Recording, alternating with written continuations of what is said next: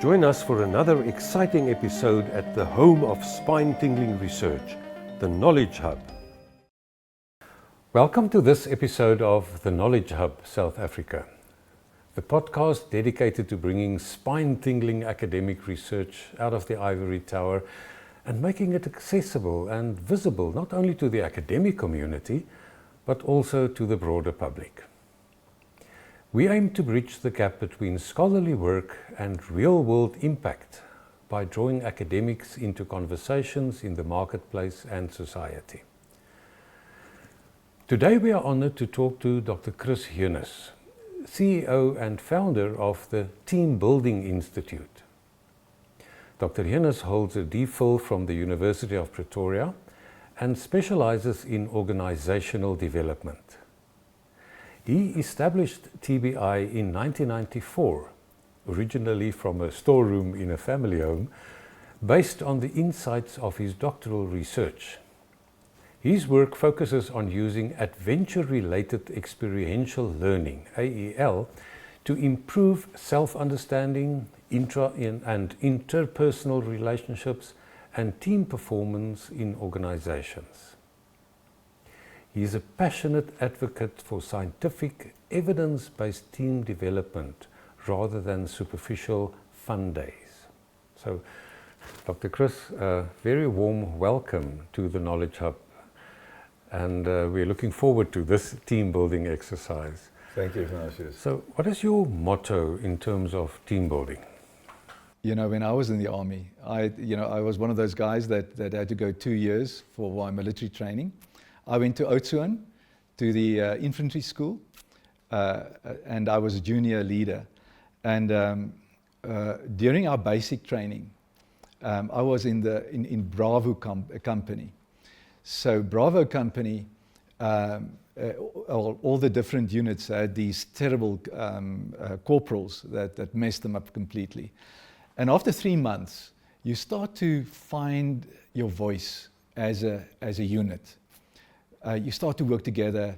And I think that was in essence, also the way that we were trained, to really look out for one another, not to function as individuals, to carry one another, to know that we are as strong as the weakest link is. And that specific morning, we were called out by the corporal, and we knew when he calls you out and you stand at attention outside the barracks, then it's time to suffer. And he stood there and he called us out and he said, okay, it's time for exercise. And then I realized at that moment that we are more working together than a single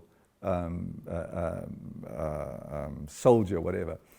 So I then gathered the platoon together and we stood in a circle and we started thumping our feet on the ground and we said, we are platoon one. And we kept on singing that, we are platoon one. And the corporal tried to move us, but we wouldn't. And then I realized there's something in teamwork. There's a power in teamwork. It creates synergy. And unfortunately, in South Africa, we have this disconnected view of what team building is. And unfortunately, it's associated with recreational days, or days just to spoil our employees to have a good time. But it is supposed to be a scientific process. And this is where theory and practice actually comes together, where you have to look at practical things, how you can move people experientially, and then to create that feeling of unity. But again, if it's measured correctly, and if you conduct it in a scientific way, then you will have the effect that you'd like to get. Okay, so it seems to me it's a kind of a mix of personal experience and then you took that into the scientific field. Yes, I think it's about connection. I started my career as a phys ed teacher. I never really understood the concept adventure. But as a phys ed teacher, I got invited to do a trip with the rivermen. Graham Addison at the time explored the Orange River for kayaking purposes. And he invited me, together with some of my school boys, on a 110-kilometer trip on the Orange River.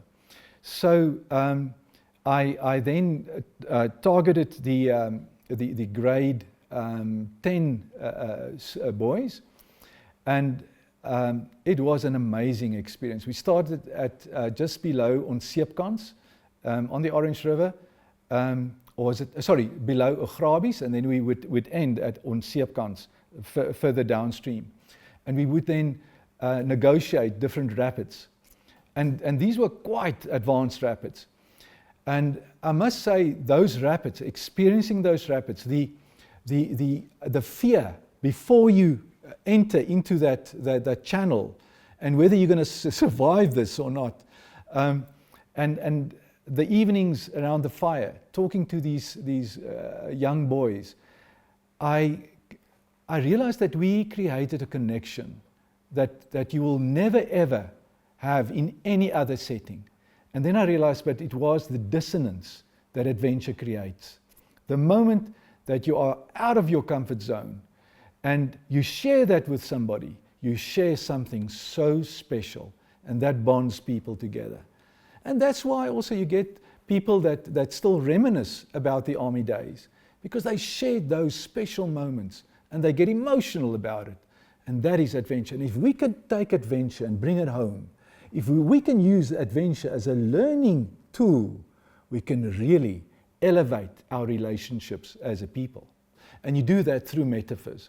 So the moment that you go through the experience, and you can say, guys, now remember, next time if I use the word Eskimo, they all will recall this moment now. And that's how you create transfer of learning. Otherwise, it's isolated. It's just another experience. And that's why, bungee jumping is not really adventure. You're a meat bomb because you don't do anything. If you do a zip line, you're just this piece of meat that slides along. But if you contribute to the outcome of the experience, to the success of the experience, that becomes a profound experience. So if you have to balance, if you have to focus, if you have to use your skills, then you elevate the learning. Now, have you ever pushed yourself beyond your comfort zone to a point of almost no return? Constantly, yes. I keep on pushing myself. And I think as I get older, it gets more and more complicated and difficult. But that is life. And sometimes it's easy to just take the shortcut and to sit on the couch. But I think we have to constantly push ourselves, and you have to also practice what you preach. So yes, I find myself regularly in situations that I perhaps feel that I've stretched myself now. And it's not just physically, it's also business-wise. We just built a conference facility, and we use all our savings to be able to do that. But we believe that it can work. And we did our sums, obviously. But the thing is, it's that living on the edge that makes life worthwhile. And it makes me jump out of bed in the mornings. Okay. And did you ever push yourself to a limit that you almost lost your life? Yes, I did. And I think that was a turning point in my life as well. It was an incident that happened in the 90s, 1994. We have a holiday cottage down at Glenmore. It's a family home where we normally go to. And this was the 23rd of December, 1994, and we were on the beach that day. And we met some people on the beach and made friends, and we invited them over for a braai at our house. And we were sitting on the veranda. It was about 11 o'clock at night. And the previous night, there was a burglary at the house next door. So obviously I was a little bit edgy, you kind of wonder are we safe? Are there thieves around? And then I saw two heads popping up just behind the wall of the veranda. And I realized, but these are burglars. And again, now being impulsive, I jumped up, and this guy his name was Bux, the guy that we met on the beach that day. I thought he's following me. But in any case, I jumped up and I gave chase because they started running away. And I thought, well, today I'm going to make a citizen's arrest. I'm going to catch these guys. So as they ran away, they split up.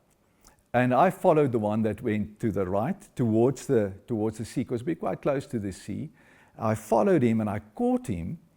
And it was at a corner of two streets. And as I grabbed his arms just slipped out of my hands, and he said to me in Afrikaans, "You're going to die tonight." And I got so angry, and I couldn't grab this guy. And he turned around and he ran again, and I gave chase. And as I followed him, he went closer to the shoreline, and I could see him vaguely behind the bushes.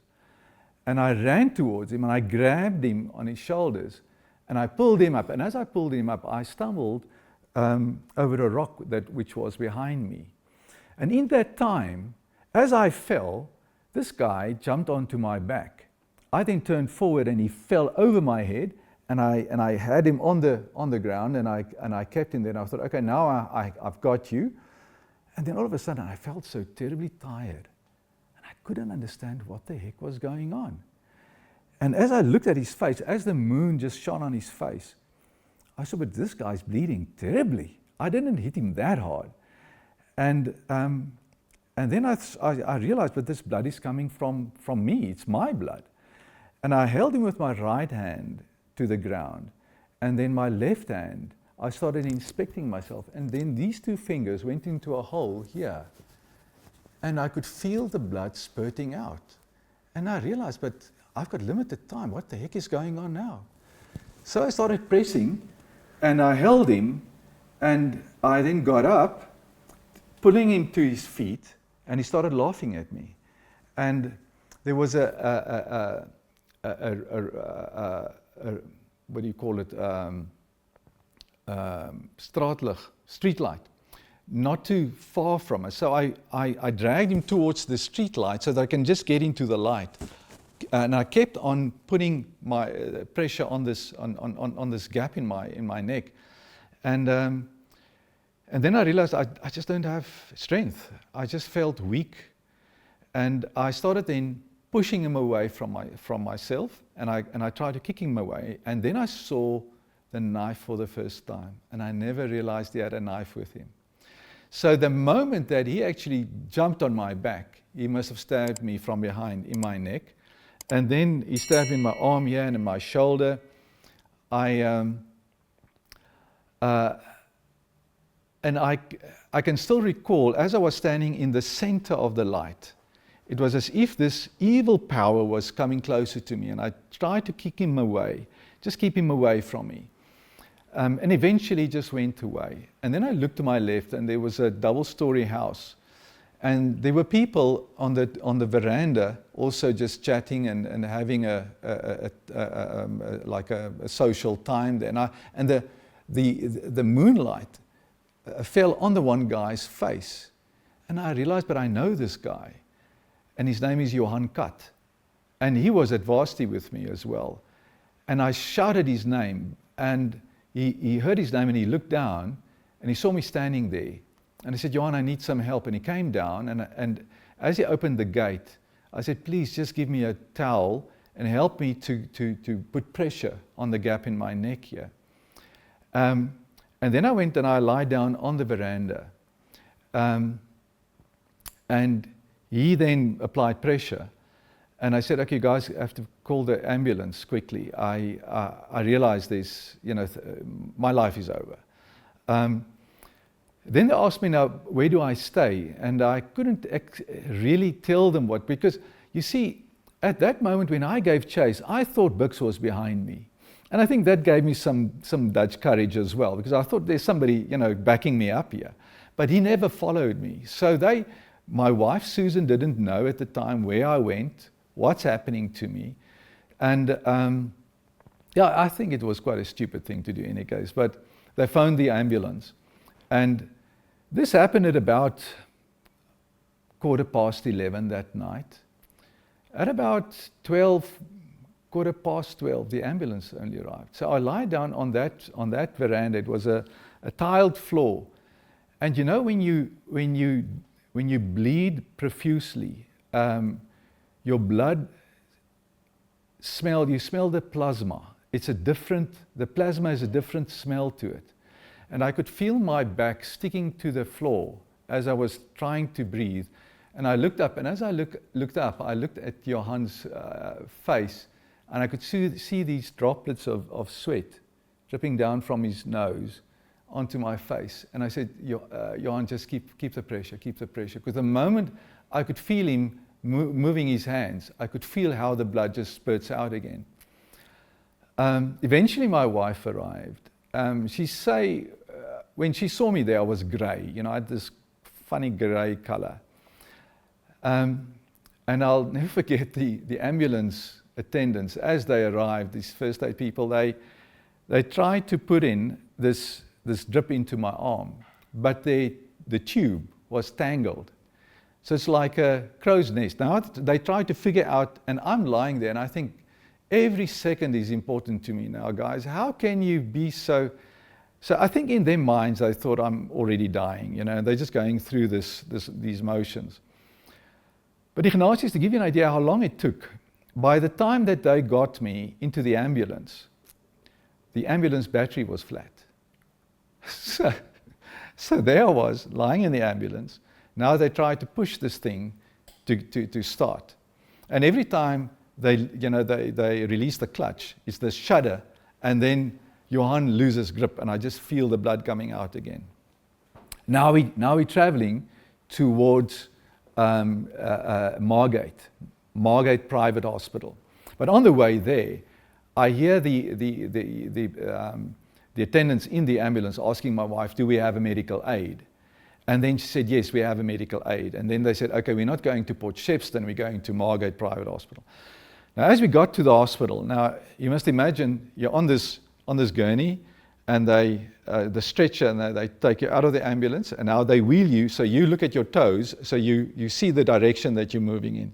So they're wheeling me now into the hospital area, into the reception area, and there's a night nurse sitting there, chewing gum.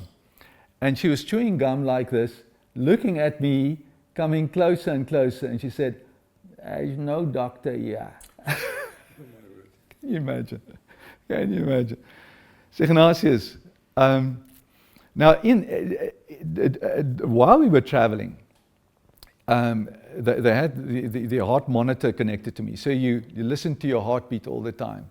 Beep, beep, beep. And I said to myself, this is the marathon of my life. If I can manage to keep my heart rate slow, I may survive this.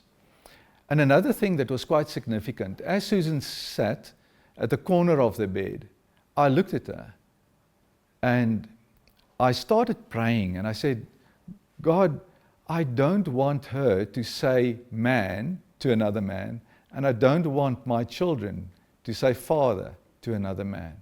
Please grant me this opportunity. Grant me this chance. And you know, one cannot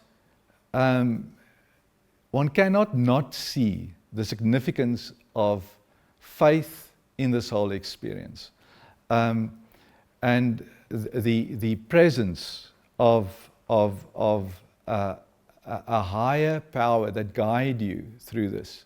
And as a Christian, to me, it was the presence of the Holy Spirit. But as I was now transferred into this room where they did the examination, a doctor did arrive, a GP. And he said to Johan, now move your hand so I can see the wound. And I said, but are you, I tried to say to him, listen, every movement takes away time. He looked at the wound and he said, quickly, put it back again. I'm not going to operate on this guy. We've got to fly him to Addington Hospital.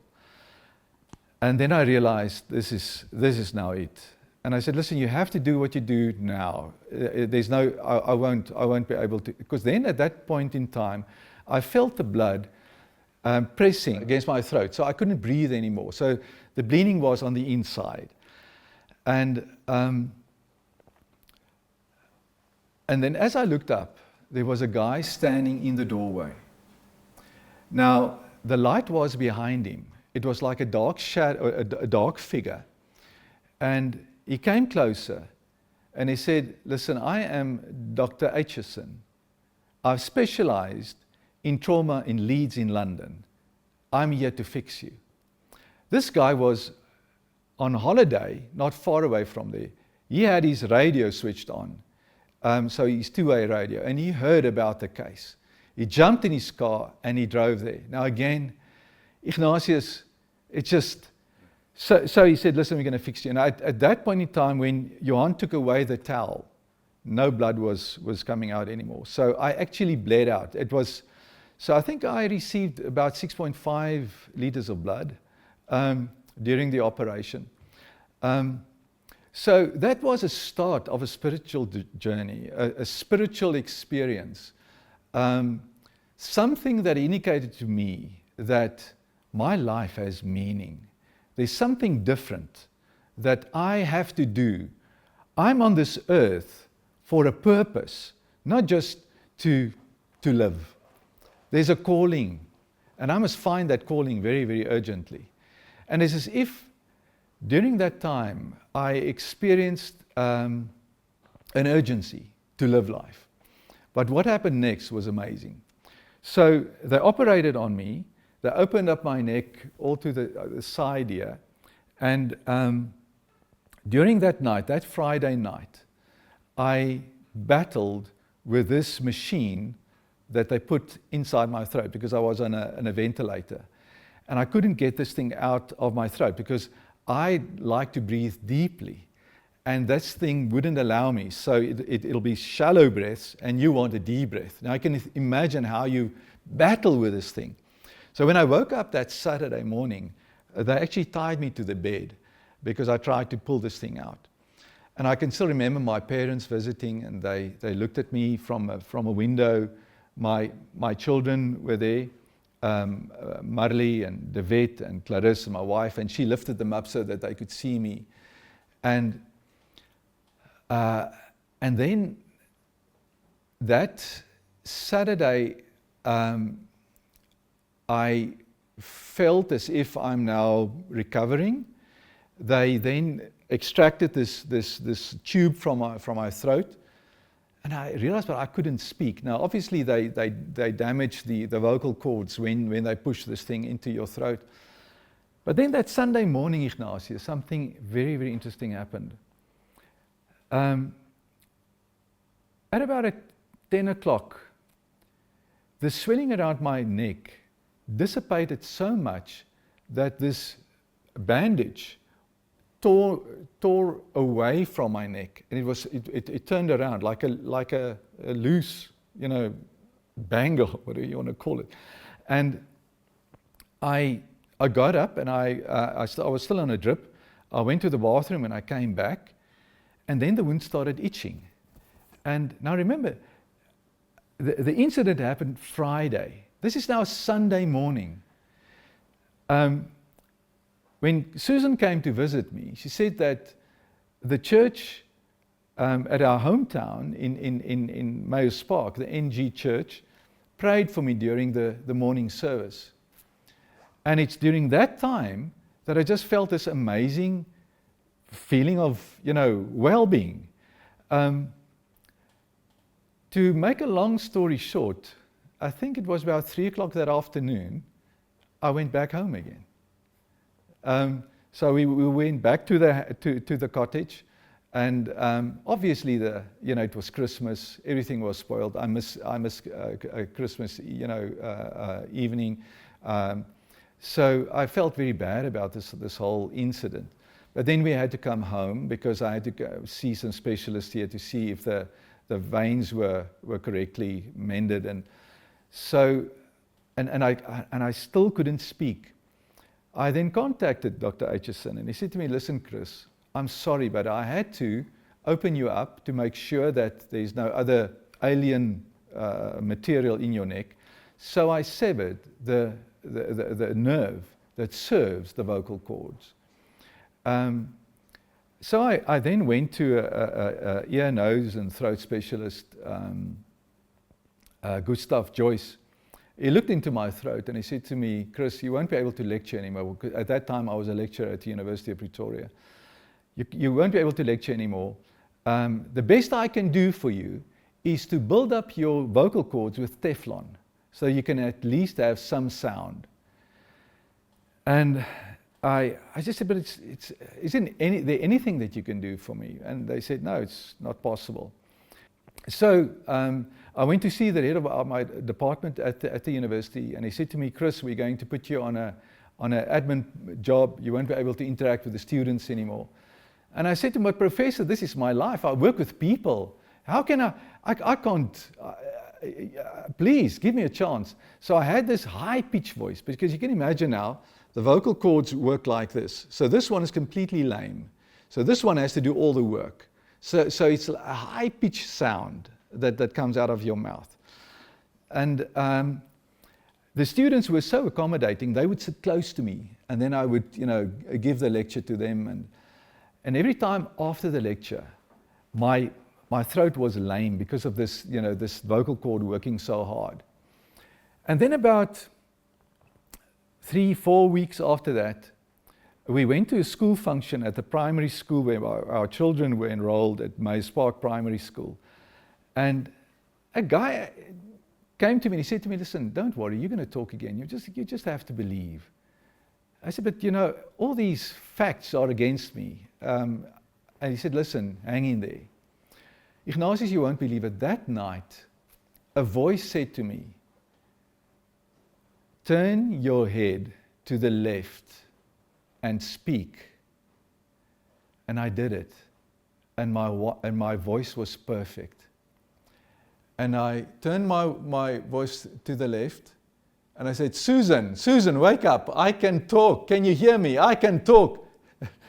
And then as I talked to her and I turned my head back again, it will go away. And I realized, but I'm creating some kind of tension in that paralyzed vocal cord. And I got up like this, and I went to the TV room, and I sat there in the TV room, and I praised God for giving me this opportunity, for healing me. And I think it was about 3 o'clock that night. I went back to bed. I was so tired.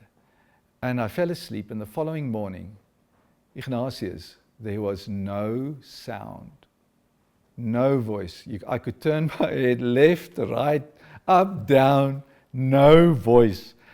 I said, Susan, can you remember last night I spoke to you? She said to me, Chris, I think you had a dream. Because she sleeps quite deeply, And she said, no, man, you just had a dream. I said, but Susan, it was perfect. And all of a sudden, everything that, that I hanged on to was just gone, because there's no proof what happened to me last night. And then one day, I had a class again at Elsie de Villiers sports grounds.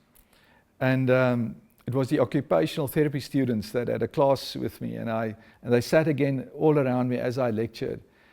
And after the lecture, as I walked to my car, I realized, but the right side of my neck is now lame. And 3 weeks after that, my voice started returning, and here I am today, living proof of, yes, sometimes pushing things a little bit too far, but again, the learning that came from that. And that night, when I cannot omit to tell you guys this, after we went to the school function and we got back home, I prayed and I said, Lord, how can I tell people what happened to me if I cannot speak? And here I am today, 38 years later. And I've been given a second chance. So what happened was the guy severed my jugular vein, so it was completely severed. So my jugular vein stops here somewhere in my neck. And he sliced the carotid artery. Now, the chances that I'm alive today is really very, very slim. But it shows you, if you have purpose, if God has a dream for you, it will happen. You must just listen. And it's just amazing how my life from there, I met Nelson Mandela after that. We started TBI, and I realized I want to connect with people in a different way. Where are you going to find a better way to connect with people through team building, man? So in a way, I could be a tool to get people together to one another, to give meaning to relationships, and to also live a dream. Now, when I met Mandela, it was at the inauguration of a ropes course that we designed. It's another story. But, and during that time, when I met him, I said to him, Mr. Mandela, my dream is to have islands of healing all over South Africa. Safeguarded. And this is the metaphoric language of adventure-related experiential learning. So there's a lot of meaning in these poles. It's not just senseless adventure, it is adventure learning. And it creates an opportunity to our young people again to get closer to what we all want to experience as young men and experience the freedom that adventure provides. Now, before adventure, you are at war with yourself because you're unfulfilled. But after the adventure, you have peace. So the outcome of adventure is peace. And this is why this island of healing has such a strong metaphor also for Ekuseni and for the youth of our country. And this vision is to have islands of healing all over South Africa to bring adventure back home. Because through adventure, we can heal our country. We can heal the youth. Because this ropes course that we constructed was at a youth prison in Newcastle, Ekuseni. And yeah, unfortunately, after that, with the changes in government and the lack of good management, that dream stopped there. But I'm still pursuing it. And we're still creating islands of healing wherever we run a team building program, because we bring people closer together to one another. Well, this is an absolutely amazing experience and story to tell. Thank you. And it seems to me this is where you really, really got your calling. Yes. But what I also see in it is that shows you if you go for a challenge on your own without a team, Yeah. things can go awry. Because Exactly. you went after that guy and the team didn't follow, and at the hospital Exactly. it wasn't the correct team, Exactly. etc., etc. You need people. Yeah, so a challenge and a team, it seems to me, that's what goes together. Absolutely, absolutely. And I think it's when you realize that you can only manage things in life when you acknowledge the fact that you're not an island, that you need people. You cannot do it by yourself. And also, as you say, always have a backup. Always make sure that it's adventure. Because when you don't have a backup, when you don't have people, then you have disaster.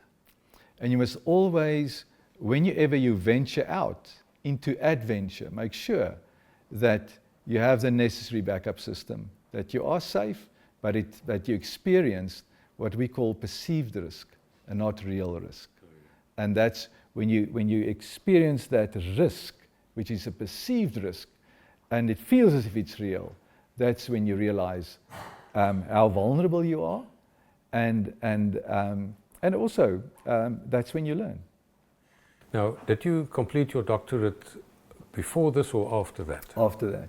Okay, Yeah. and was that kind of conducive, or did It that? did. What did this do to your? Yeah, you know, at 34, when you go through an experience like this, you get a wake-up call.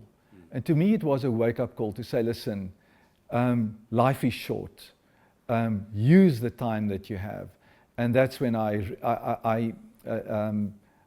was so driven to get this PhD or the DPhil done, the research done. Now, what is quite interesting, just during November, I went on a trip to America to do research on high ropes courses and adventure counseling. And that is also a very interesting journey that took me there. Now, in our department at the University of Pretoria, they didn't know exactly at the phys ed department what this concept of experiential learning was, or adventure-related experiential learning. So I became a member of the Association of Experiential Education as an international body in Austin, Texas. And I got then invited to deliver a paper on the concept of how I use low ropes elements to create metaphors, to create transfer and enhance learning. I went to the head of our department, Professor van Wyk at the time, and I said to him, Prof, I got this invitation. Now, you must remember, Ignatius, that those days there wasn't internet, so I wrote them a letter. So I have this letter in my hand. Professor, I'm invited to an international conference. He looked at me and he said to me, Chris, there's no way you can go. There's not money for this. And I said, but Prof, I have to go. And he said, the best I can do is give you leave to go.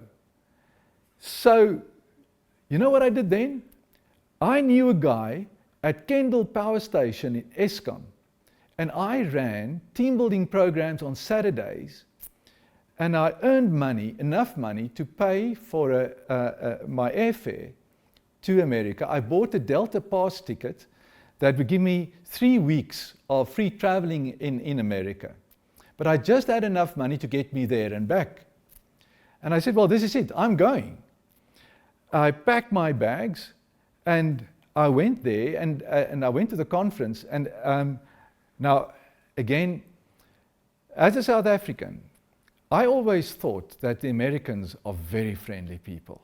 When I would arrive in New York, they would stand there with their arms wide open and say, Chris, welcome to America. This is the dream, you know. I arrived there, it was about 1 o'clock at night. It was winter, cold. I didn't realize that you have separate airports and you have to link the one airport via a train or a bus to the other airport. Eventually I got to Austin. And when I got to this town, and I had a booking at a hotel, but the taxi driver, he saw that I'm not very much, used to this. So he took me on a wild goose chase, and he used basically all my cash. So when I got to the hotel, the first thing was they didn't get my reservation. So I had to go to another more expensive hotel, which used all my reserves. And then I said to myself, but during the conference, I'm going to make friends. And I'm going to stay with people because I have nowhere else to go. When it was my turn to deliver my paper, only 6 people arrived. Because at the same time, a senator gave a keynote address during the conference. Now you can imagine how down in the dumps I was at that point in time. And then at some stage I was walking in a passage and there was a guy coming from the front, and I looked at him and I said, hi. And he looked at me and said, you're not from here? And I said, no, I'm from South Africa. And he said, where's South Africa? I said, well, man, it's a far country. He said, how do you find America? I said, well, I came here with the expectation I'm going to make great friends and they're going to welcome me, but I'm on my own and I only have one night stay left in the hotel. And he said to me, well, come and stay with me. And I said, well, thank you so much. His name was Chris as well. So he took me to his house, but this guy looked at me in a funny way and he said to me, I can make a bed in his garage. So I slept for a couple of nights in his garage. And then after a while, he invited some friends and we started talking, and I told them all about my research. And I think he then realized I'm not such a bad oak, so I was promoted to stay in his house. And then from there, I made some other friends. Then I went to Colorado. I went all over America to try and find footage. So I had a video camera with me of high ropes courses, because ropes courses didn't exist in South Africa at that point in time. Now, a ropes course is not an obstacle course. People thought it's obstacle courses, but it's a different concept altogether. But in any case, on my way back, I designed my own ropes course, and that's what I called the Island of Healing. And then as I came back to South Africa, it was a holiday time, and during that holiday, I had this incident with the burglar. And now I'm back at the university lecturing again. So now the next thing is, now this Professor van Wyk, he was fed up with me because I came into his office and he would say, "Oh, Chris, no, not you again." I said, "Prof, I have a dream. I want to build a ropes course." And he said to me, "What? It's a ropes course? It's an obstacle course." I said, "No, it's a ropes course." So you have these elements, about 18 meters, 15 meters. So it's tall poles. You have to search these poles in the forest to get the right length specifically. It has to have a 75 MPa breaking strain, so there's a lot of technical aspects that has to go with it. So I built, with a big battle, I built the first ropes course in South Africa at the University of Pretoria, at the sports complex, the Elsie de Villiers Sports Complex. And at that stage, I lectured sports management and sports psychology.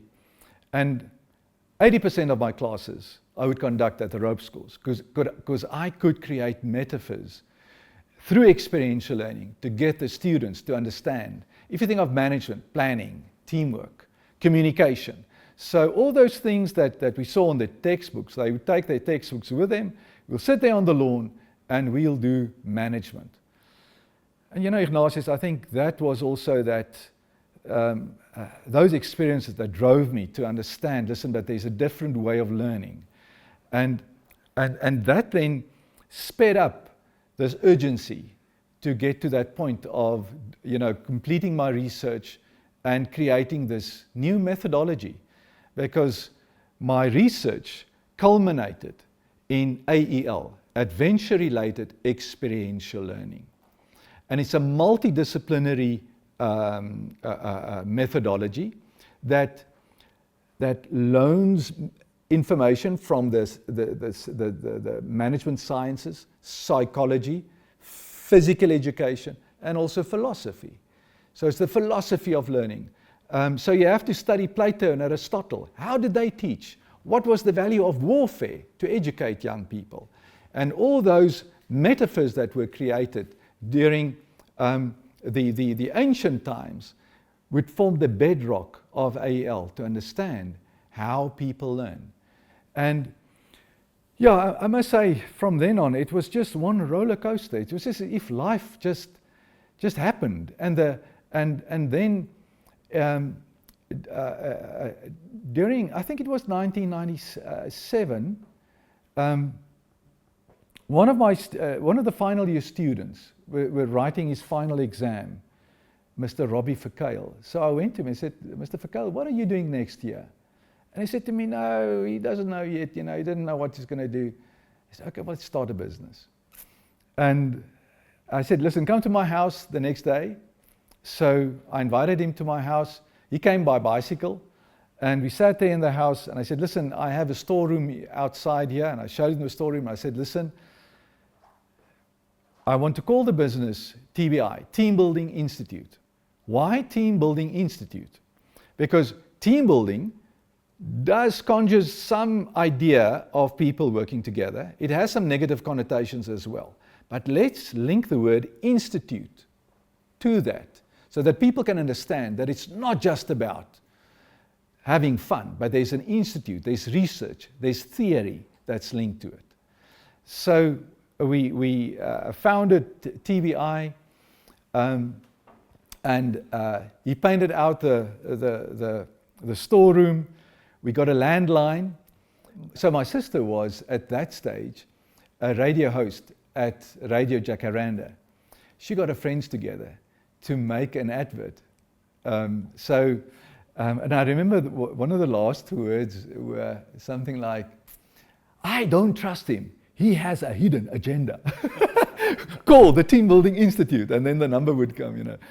And that day, after now we sit there and we wait for this advert on the radio, and all of a sudden the phone rang, and you know what? I picked up, and this guy said, "Oh, I heard your radio ad. We are interested in team building." And I said, "Okay, sir, welcome very much. From which company are you?" And he said, "From Spiff Chicken." And I said, "Spiff Chicken?" And I thought, there's no company like that. I said, "Don't make jokes, man." And I put down and it was the first client. so I just turned the first client, because Spiff Chicken is a legitimate company. I just didn't know they exist. But Ignatius, from there, TBI grew gradually. I resigned then from the university. And I remember the day when I resigned, I got a call from the admin department. And this lady on the other side of the line said to me, "Dr. Heunis, what must we do with your pension?" And I said, "Well, you can pay it into my check account." And she said, "No, that's irresponsible. You can't do that." I said, "But I have no other place where you could put it. Put it in there, it's fine." And you know, Ignatius, then it came as a shock to me. I have 3 children, primary school. My wife at the time was baking milk tarts and cakes for a home industry. We didn't have the money, and it was just out of belief. It was faith, hope, that brought me to that point to say, there's something else driving me, and I just have to listen to this. I have to do this. And yes, and so we started with TBI, and then I had to rent the ropes course from the university to run courses there.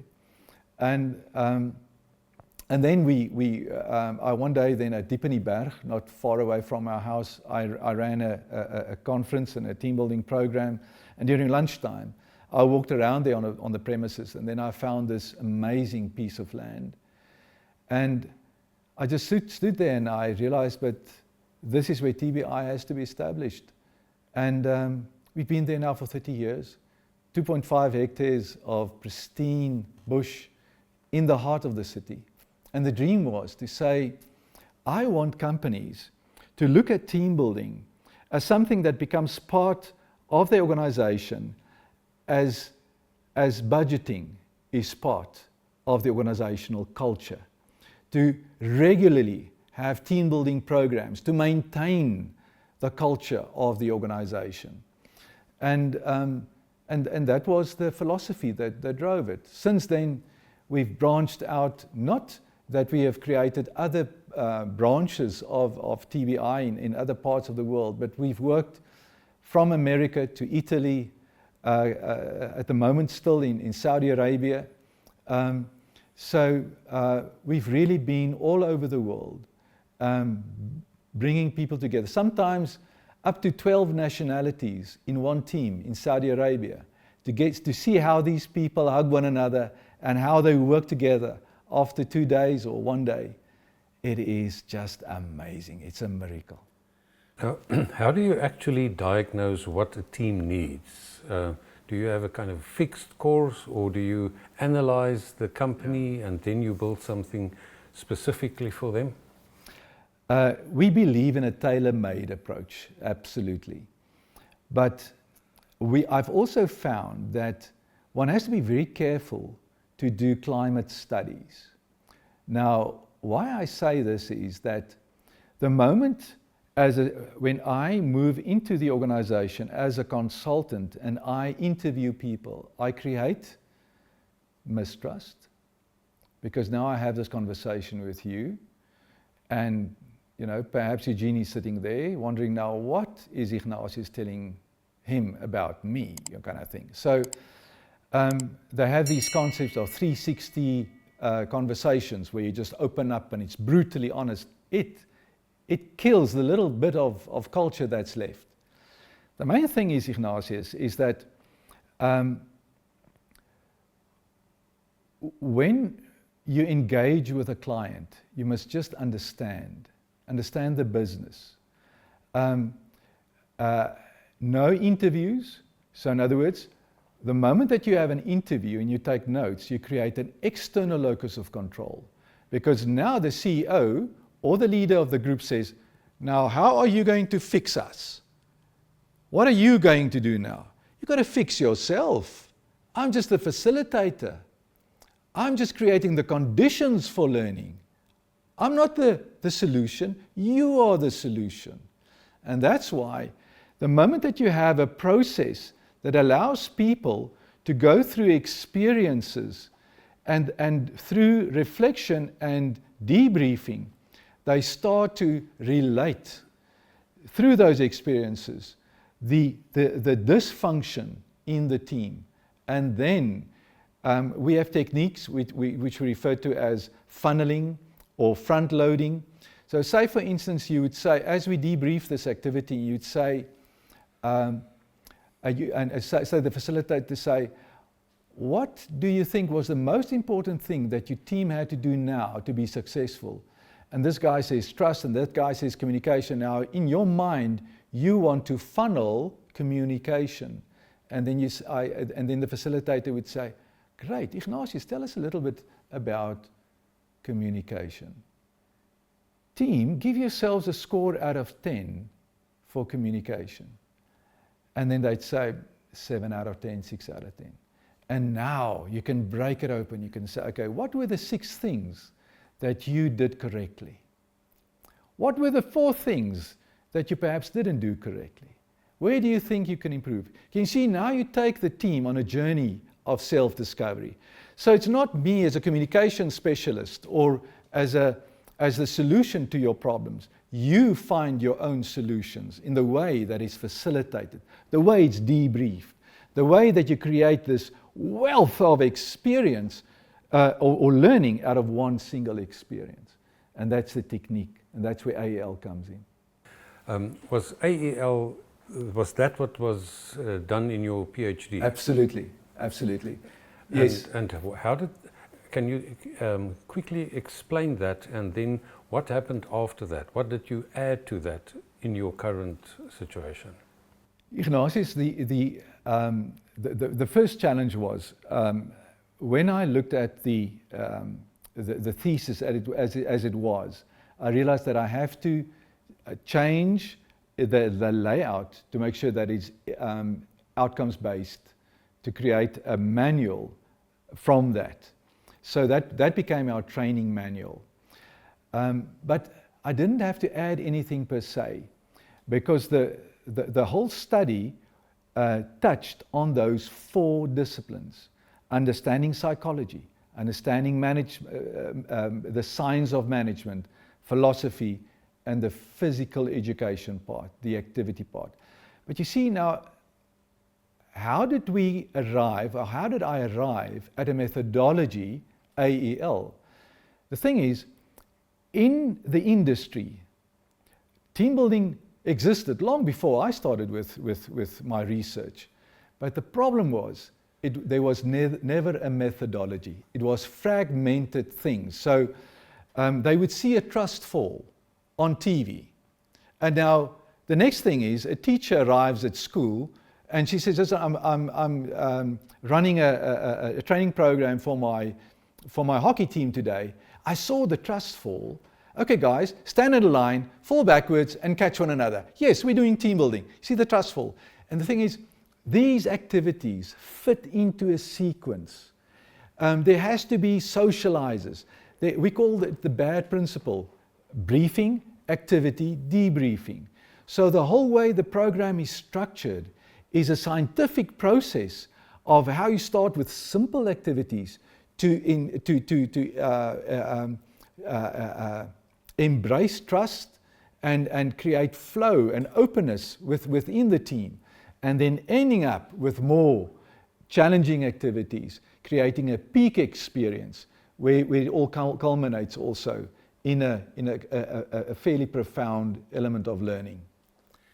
Can all companies benefit from this? Are there specific companies that will benefit more or less? everybody can benefit from it. And the beauty is we work with primary school students, leader groups. Linwood Primary School, they're taking all their leaders through our process. So that's the beauty of it. It is so simple but so powerful. It is the group that elevates the depth of the learning and the complexity in the world that they find themselves in. When we met with Bernard Swanepoel, and he was the CEO of Harmony Gold Mine at the time. He came to see us and he said, listen, I've heard about this experiential stuff. Ignatius, that was one of the biggest breakthroughs in our organization. I think we had about 16 full-time facilitators. We had a fleet of cars that drove into different directions to different mines. We built ropes courses at those mines. So what we did was, we would then go and see how the guys operate underground. The one mine, I think we went 4 kilometers underground. We would then meet in their meeting place, where we then would have photographs of the experiences that they had during the program to remind them of the commitments that they made. You see, and that's the transfer of learning. So they would go on a one-day program at the mine, learning about communication, trust, working together, all those valuable constructs of teamwork, and then go back and they apply that. But as they sit in the waiting place, after they've now blasted, they come back and then they discuss those learnings. Now, what is so interesting, and that taught us the destructive element of competition.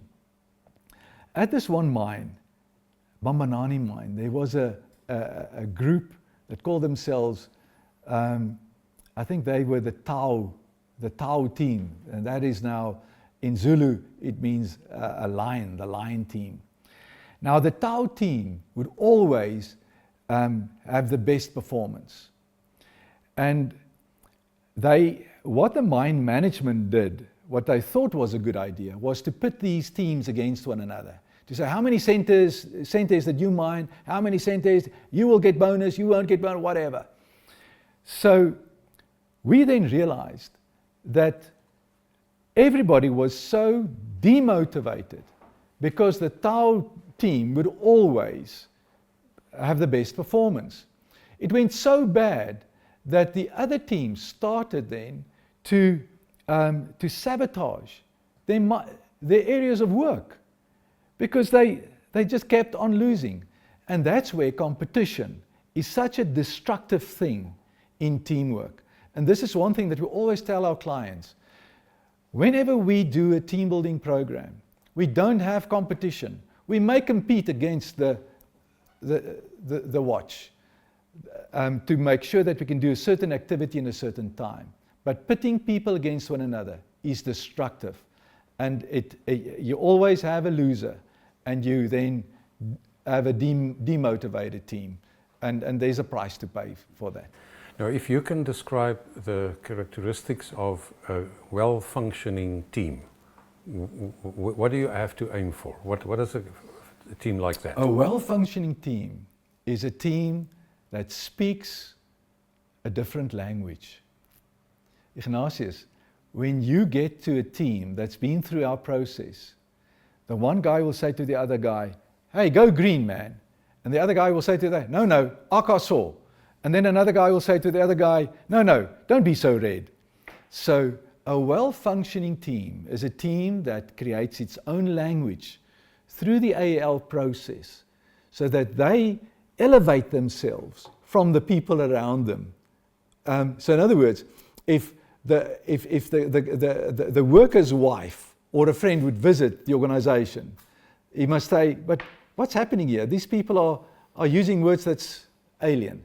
And this is that's the power of team building, is when a team starts to experience themselves as different, as unique, and proud, because they have something that's different from other organizations. And that's where values also are so important, because through the process, you make values more physical. In other words, they experience those values. So they experience communication, they experience trust. So then it becomes a principled value and not just something that we put on a board somewhere to say, these are our values and that's what we, what we stand for. The moment a person has gone through our process and they see the word trust, it will remind them of the experiences that they've shared with their colleagues. So experiences are the key to bring this home. Now, how does a high rope course? You see, and now the high ropes course isn't something that you will use every time. So when you look at the dynamics in the team, and you realize as you now conduct the process, and that's why I say we never have a program off-the-shelf approach. So, and you realize, but this team will benefit from a balance beam exercise. And let's say it's about encouraging one another, whatever it might be. Then one would then introduce a high ropes element. Now, a high ropes experience is profound because it is an activity that elevates the level of perceived risk. Just working in a team, arriving that morning at the venue already is an element of risk because there's dissonance. Look at this place. It's a new place. It's a new environment. But now, taking it that step further, looking at these intimidating poles to say, okay, the challenge is, guys, to walk from this side to that side of the pole, balancing yourself at a height of 18 meters. But don't stress. You have a full body harness. You have a rope on your back. You are perfectly safe. But challenge by choice. Nobody's forced to take part in the activity. Those of you that would like to sit this one out, you make the commitment to encourage those that are willing to take part. So in other words, you see the experience through their eyes. And that's also, if Ignatius does the activity and he succeeds, it's also my success because I encouraged him. I vested into his experience. But yes, the adventure part is like stress imprinting. It is real stuff. But again, you think you're going to die. And when you achieve the goal, it's elation. And then that element of edge, we call it edge working, where you've broken through the comfort zone, created new learning, a new dimension of myself, a new understanding of myself, a new understanding of what I can do. Because if I can do this, what can't I do in my personal life, in my professional life? And that's where the breakthrough happens. Okay, we have local elections coming up, and if we have a look at the past, coalition, it seems to be the name of the game. Yeah. Have you ever worked with politicians, and do you think they can benefit from this? Our country can benefit from this? Ignatius, absolutely, they can benefit from it. But you know what? I have been trying, perhaps not hard enough, but I know that AEL can be a solution to many of our political struggles that we have. But when you think of AEL and a team building program, and you would put, say, different members of different political parties through a process, politicians are afraid to be vulnerable. And they think that vulnerability is a weakness. And that's why politics per se is in the state that it is, because it's not about being genuine human beings anymore. To acknowledge, I've done something wrong. I made a judgment error. How can you help me? I can help you. Because it's all about me and myself and my political party. and to belittle the other party. It's about competition. It's about competition. You see, and again, competition is another form of conflict. And you know, if I think of our local government system, if I think of, you know, in 1984, 85, my father was the mayor of Pretoria. And my dad always said to me that he doesn't believe in politics in local government. And that's why he stood for the Ratepayers Association. Because he said that it's about all the people. And if we can change, even at local government level, the powers of a mayor, and rather have a mayor as just a ceremonial position, to cut the ribbons and to, you know, to do all the hoo-ha, and let the specialists that are trained to run a local government, let them do their jobs. Let the municipal manager do his job. But everywhere we go, we find that politics have infiltrated service delivery to such an extent that it is in the mess that it is.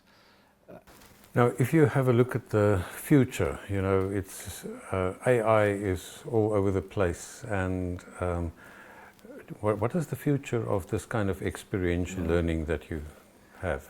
Ignatius, I think it's great, because, you know, a computer cannot create emotions. You know, how I say it, how I connect with you, how we talk to one another, no machine can do that. And, you know, if you are in a situation where you're trying to solve a problem during a program and you don't have the answer, you do become vulnerable. And you know what? This philosopher that said that when you are in a state of adventure, you are beautiful and beyond dispersion. And this is the beauty of becoming human again. Because if we can be human, if we can acknowledge our humanity again through experiences, through physical interaction, that's the only solution to the future. AI has its place, but I'm afraid there's bad news for AI. AEL can play a major role in the humanities. If you think of industrial psychologists, there's such a big opportunity for these disciplines to become relevant and to really make a difference in relationships. Now, what is your kind of biggest success story that you, or few biggest success stories that you remember? I think one of the highlights was meeting with Nelson Mandela, and then I think as a whole, when I look at the way that things are just growing and happening around me, if I think of my family, my children, I have 6 grandchildren. I'm happily married. I have beautiful, successful children. I have colleagues that I respect. And I have a dream still, a big dream, and that is to establish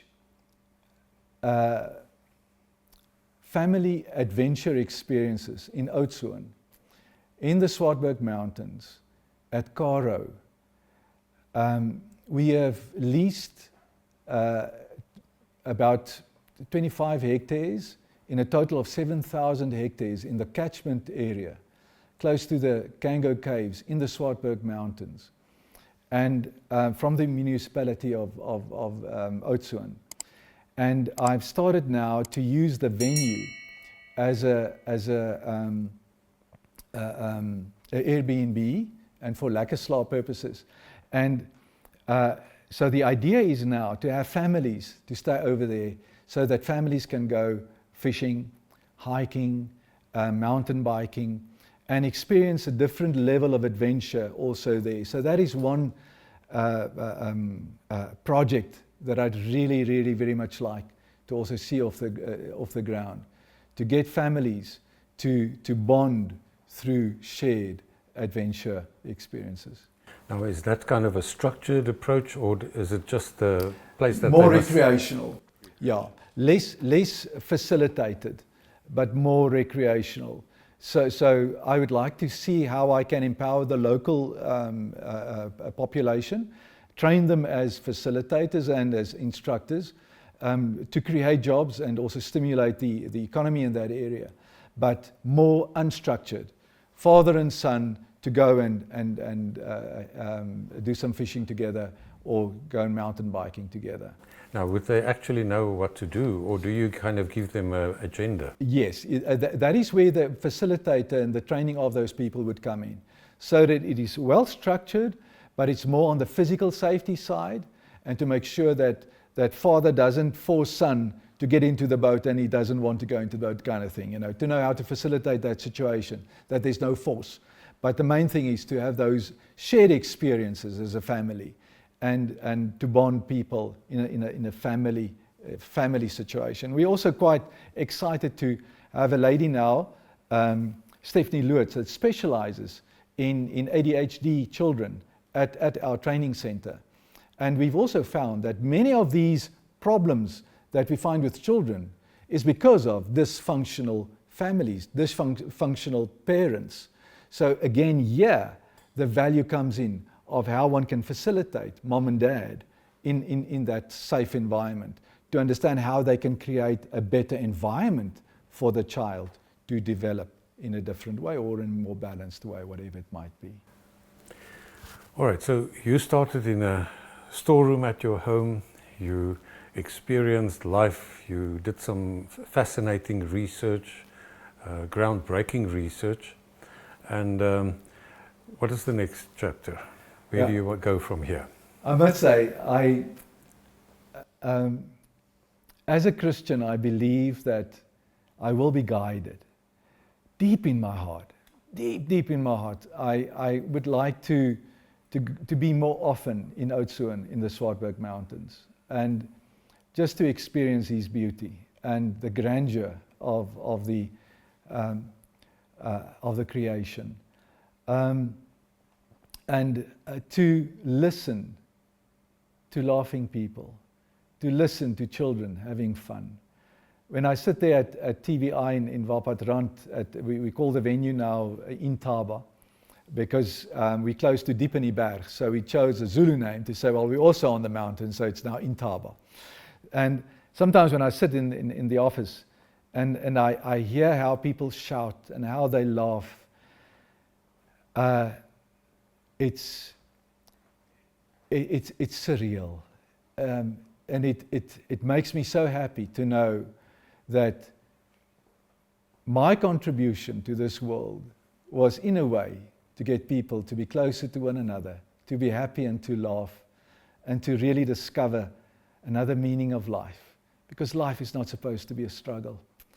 Ignatius, I realize more and more the privilege we have to be alive, the opportunity as human beings we've been granted to be on this earth. Only if it's just a phase, because it never ends, but to have been selected to be born.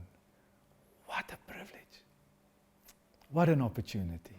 So I grab onto every day, and I'm glad that I've been given this opportunity to share a methodology with the world that can be perpetuated. Because I always said, if you want to run a good business, you must be able to scale it.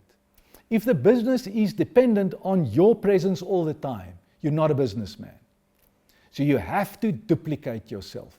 And AEL can be duplicated. It can be taught. Well, Chris, this was an absolutely fascinating discussion, and I think you are the prime example of what this whole program is all about, because you started off as this academic and you presented your fascinating research to 6 people.